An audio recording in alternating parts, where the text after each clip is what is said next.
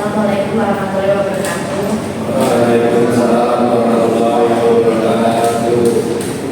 Perkenalkan, nama saya Winarti dan nama saya Sinta. Saya Novemika. Saya Novemika. Di sini kami akan mempresentasikan tentang promosi IMC dan media promosi tradisional. Yang pertama di sini, apa sih itu promosi dalam pemasaran? Yang pertama di sini alat komunikasi utama. Promosi adalah tulang punggung komunikasi pemasaran, dirancang untuk membangun kesadaran merek, membangun merangsang minat konsumen, dan pada akhirnya mendorong tindakan pembelian. Yang kedua ada bagian dari bauran pemasaran. Selain elemen krusial dari bauran pemasaran 4P, produk, price, place, promotion, promosi bertindak sebagai jembatan yang menghubungkan produk atau layanan Anda dengan audiens target. Dan yang ketiga, pesan yang tepat, audiens yang tepat. Fokus utamanya adalah memastikan bahwa pesan yang relevan dan menarik disampaikan kepada audiens yang paling mungkin merespon, memaksimalkan dampak komunikasi. Next.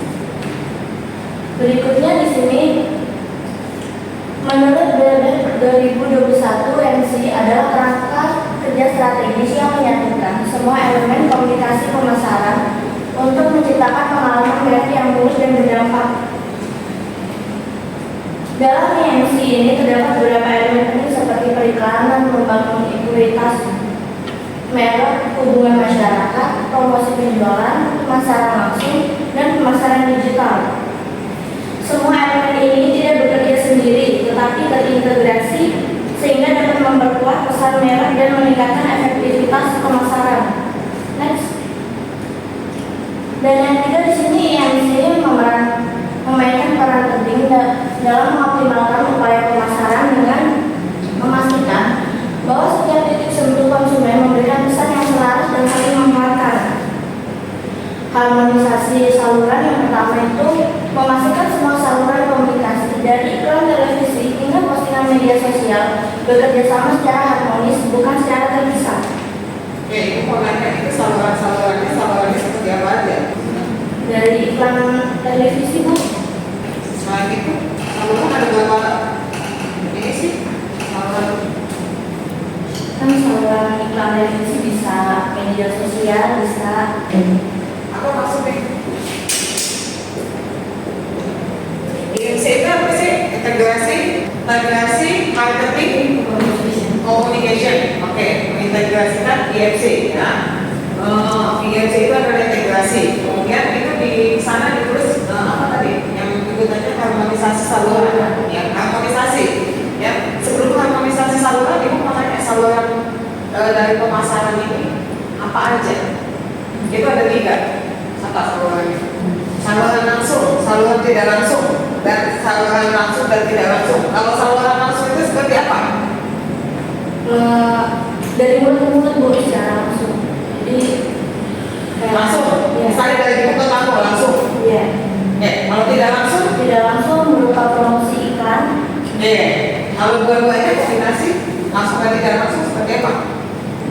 Seperti ibu memberi ke kamu dan ibu juga bisa memberi di media sosial. Gitu ya, lanjut. Dan yang kedua di sini meningkatkan efektivitas. Dengan pesan yang konsisten, IMC meningkatkan efektivitas kampanye, mengurangi kebingungan konsumen, dan membangun citra merek yang lebih kuat.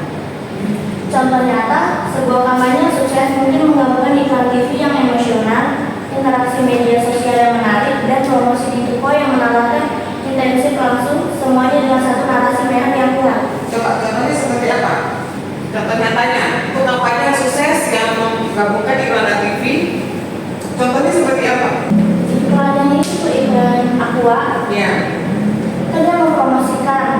Selain itu juga lewat iklan, juga menawarkan secara langsung. Contohnya seperti Indomie. Ya, Indomie apa? Biarnya selera aku.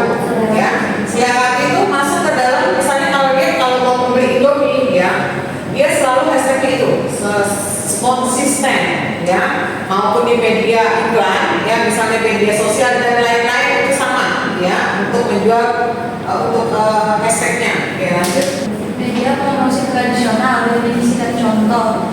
Meskipun hashtag media telah berevolusi, media promosi audiens dan membangun brand awareness. Contohnya ada televisi, yaitu jangkauannya luas, dampak visual dan audio yang kuat. Yang kedua, radio menjangkau pendengar lokal, efektif untuk segmen tertentu. Cetak kredibilitas tinggi, contohnya surat kabar, majalah. Ruang misalnya visibilitas tinggi, billboard atau brosur. Contoh sukses iklan televisi yaitu contohnya Sariwangi yang telah lama melekat di ingatan konsumen di Indonesia, menunjukkan kekuatan media tradisional dan menciptakan asosiasi merek yang kuat. Kelebihan dan keterbatasan media tradisional. Kelebihannya yang pertama, jangkauannya yang luas, yaitu mampu menjangkau audiens massa yang besar. Kredibilitas tinggi, sering dianggap lebih terpercaya oleh konsumen. Dampak visual dan audio memberikan pengalaman imersif, contohnya TV dan radio. Keterbatasan, yaitu yang pertama biaya yang tinggi, investasi besar untuk produk dan penempatan. Yang kedua, sulit diukur, pengukuran ROI yang tidak real time atau detail. Kurang interaktif, yaitu minimnya interaksi langsung dengan konsumen. Perubahan perilaku konsumen yang semakin digital untuk media tradisional untuk diintegrasikan dengan platform digital agar tetap relevan. Di sini ada evolusi media promosi dari tradisional dan digital. Jadi yang pertama tuh dia ada media tradisional ini kayak TV, radio, koran gitu. Terus varian publik mulai beralih dari yang tadinya satu arah aja kayak di iklan TV itu jadi dua arah di komunikasi mulai di media dan di digital. Ini kayak yang sekarang itu kayak media sosial, iklan online gitu. Terus ada pemasaran influencer. Di sini kayak pemasaran influencer itu kayak ya kayak orang yang bayar influencer buat promosi produk dia gitu. Kalau punya kolaborasi buat promosi produk dia ke konsumen. Bells and Bells 2021 secara tegas mengerti bagaimana revolusi digital telah mengubah lanskap promosi secara fundamental. Promosi saat ini cenderung menghindari iklan tradisional. Sebaliknya, mereka lebih responsif terhadap konten di media sosial dan rekomendasi dari influencer. Oke, menurut kalian, apakah ini kan inovasi ya dari media tradisional kemudian kepada media digital? Menurut kalian, apa hambatannya dari media tradisional menuju ke digital? Apa hambatan bagi konsumen dan juga apa keuntungan bagi produsen? Keuntungannya mungkin kalau media tradisional itu kan biasanya lebih mahal ya, kayak iklan TV itu biasanya biayanya jauh lebih tinggi karena kan lebih menggunakan kayak perkelanjangan teknologi komunikasi, jadi lebih memilih untuk iklan di media sosial karena biayanya jauh lebih murah, jadi tidak biaya lebih memanfaatkan teknologi seperti itu. Oke, itu kelebihan produsen. Tapi kalau hambatan bagi konsumen? Hambatan bagi konsumen mungkin sebagian besar ada kayak yang lansia seperti itu, jadi tidak semuanya paham teknologi. Oke, kalau yang nggak paham teknologi adalah gaptek ya. Kemudian belum tentu masuk ke belum tentu terjangkau ke daerah-daerah kecil ya. Oke, secara efisien lebih efisien ya. Di sini ada sertifikasi integrasi EFC dengan media tradisional kayak yang aktual dari EFC beberapa media itu ya. Jadi yang pertama itu ada iklan TV dan radio. Dia tuh pakai website itu kenapa berdasarkan menjanjikan melalui sebuah iklan yang menjanjikan. Jadi kayak dulu tuh ada zamannya tuh Aqua dulu atau Aqua 100% murni yang gitu. Terus ada promosi di jualan kayak sepeda Aqua yang menarik, terutama khusus di supermarket dan di pasar. Ada pesan-pesannya dari semua elemen itu dikoordinasikan untuk menyampaikan pesan yang konsisten dan saling mendukung. Hasilnya kampanye ini menghasilkan peningkatan penjualan sebesar 15% dalam waktu 6 bulan dan secara signifikan memperkuat loyalitas merek di mata konsumen. Jadi sertifikasi Aqua ini memang garis bawahi pentingnya koordinasi pesan di berbagai media untuk mencapai dampak promosi yang maksimal. Kemudian di sini ada strategi MCF yang efektif untuk media tradisional. Yang pertama yaitu konsistensi pesan, yaitu dimana harus memastikan bahwa narasi dan pesan utama yang disampaikan itu harus secara seragam di semua media agar menghindari disonansi yang dapat membingungkan konsumen. Jadi pesannya itu harus sama, tidak beda-beda gitu. Terus yang kedua, di sini ada penyesuaian konten. Adaptasi konten promosi yang sesuai dengan karakteristik unik setiap media dan preferensi audiens yang dijangkau oleh media tersebut. Yang ketiga yaitu ada pengumpulan hasil, memanfaatkan survei, data penjualan dan metode relevan lainnya untuk secara akurat mengukur efektivitas kampanye promosi. Kemudian yang keempat ada kolaborasi tim, mendorong kolaborasi antara tim kreatif, media planner, dan departemen penjualan untuk memastikan eksekusi yang mulus dan terpadu. Jadi kesimpulan dari EMC ini merupakan kunci sukses di era pemasaran modern. EMC ini strategi yang tidak terpisahkan, di mana menggabungkan kekuatan media tradisional dan digital untuk dampak yang maksimal. Rekomendasinya, pelaku bisnis itu harus menerapkan metodologi perencanaan EMC, di mana perencanaan kampanye dimulai dari identifikasi audiens dan preferensi kontak mereka, bukan hanya berdasarkan alat komunikasi yang tersedia. Disarankan untuk menggunakan media tradisional secara strategis untuk tujuan awareness dan trust building, dan mengoptimalkan media digital untuk engagement dan conversion dengan selalu menghubungkan kedua saluran menggunakan posisi aspek unik atau URL khusus. Adaptasi berkelanjutan terhadap teknologi baru dan pemanfaatan data negara sangat penting untuk menjaga relevansi produk di pasar yang semakin dinamis. Mungkin sekian materi yang dapat kami sampaikan. Yang kurang sebentar aja deh, presentasi pertama kepada Hasman. Mengapa konsistensi pesan itu menjadi prinsip utama dalam EMC? Karena EMC itu kan